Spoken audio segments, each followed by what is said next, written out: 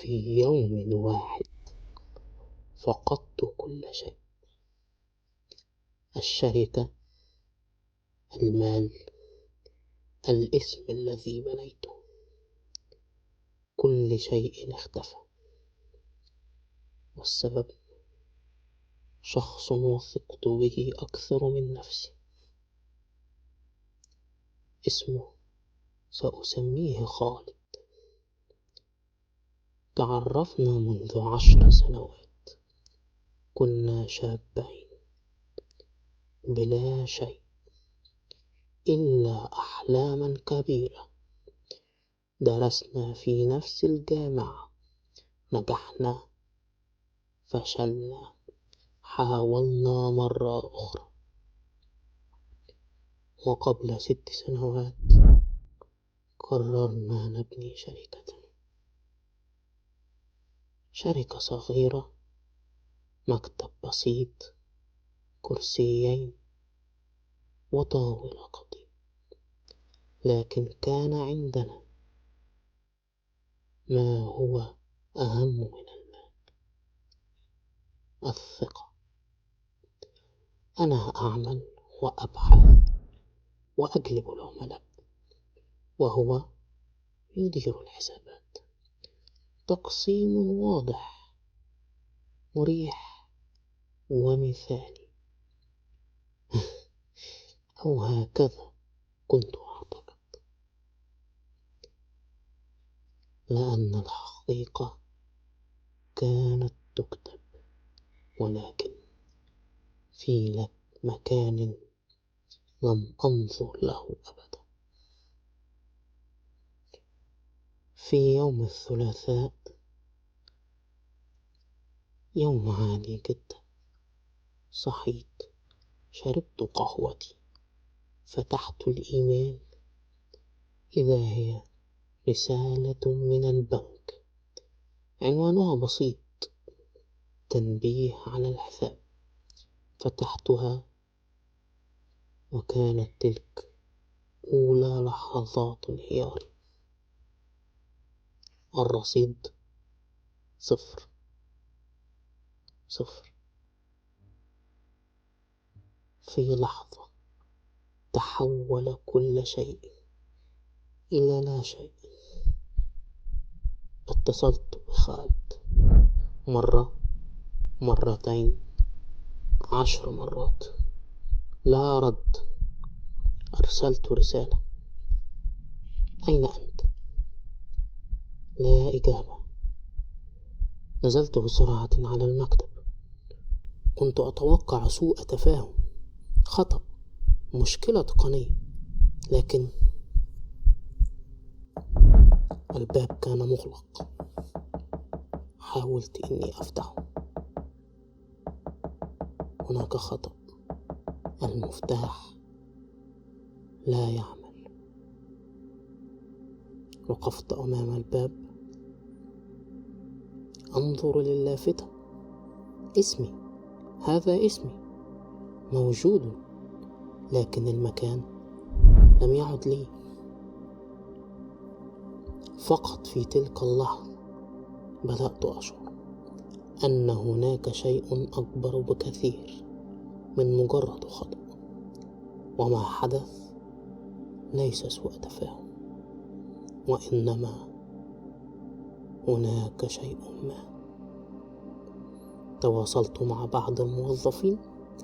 في البداية كانوا مترددين، لكن بعد ضغط بدأوا يتكلموا. خالد لم يختفي فجأة، كان يخطط منذ شهور. ينقل العملاء واحدا تلو الآخر، ينقل العقود بهدوء.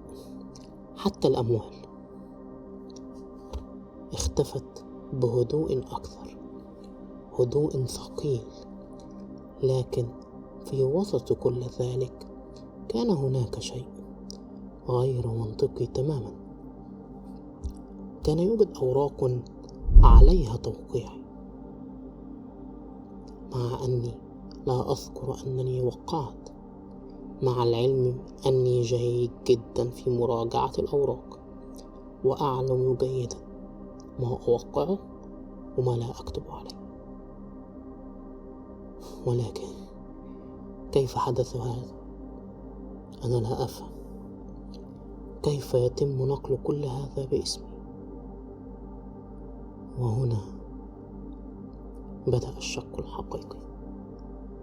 لكني لم أنهار، لم أصرخ، لم أواجه. وحينها قررت أن أختفي تماما. لا مكالمات، لا رسائل، لا احتكاك بأي شخص كان. أردتهم أن يعتقدوا أنني انتهيت. لكن الحقيقة كنت أبدأ من الصفر في مكان آخر. الشهر الأول لم أفعل أي شيء ظاهرا، لكن داخليا كنت أجمع كل شيء: إيميلات قديمة، سجلات تحويل، نسخ من العقود، حتى التفاصيل الصغيرة التي لا يهتم لها أحد. وفي منتصف هذا الشهر وجدت شيئا، ولكني لم أكن مستعدا له. توكيل باسمي يستخدم لنقل ملكية جزء من الشركة. التوقيع صحيح، لكن ليس بخط يدي. الشخص الوحيد الذي يمكنه الوصول لهذا هي زوجتي. في البداية رفضت أن أصدق، ليس لأنها مستحيلة، لكن لأنها رفيقة دربي وكانت معي يوما بيوم. لأنني لا أريدها أن تكون حقيقة. لكن الأدلة لا تكذب. مكالمات، مواعيد متكررة، تحويلات غير مباشرة، تصاعد بطيء، ثم الحقيقة. لم تكن تساعده فقط، كانت معه لسنوات. وفجأة كل شيء أصبح واضحا. أنا لم أسرق فقط، أنا خنت. تمت خيانتي مرتين من أقرب شخصين. في تلك اللحظة كان أمامي خياران: إما أن أنهار، وإما أن أتحول. وأنا اخترت التحول. لم أواجههم، لم أفضحهم.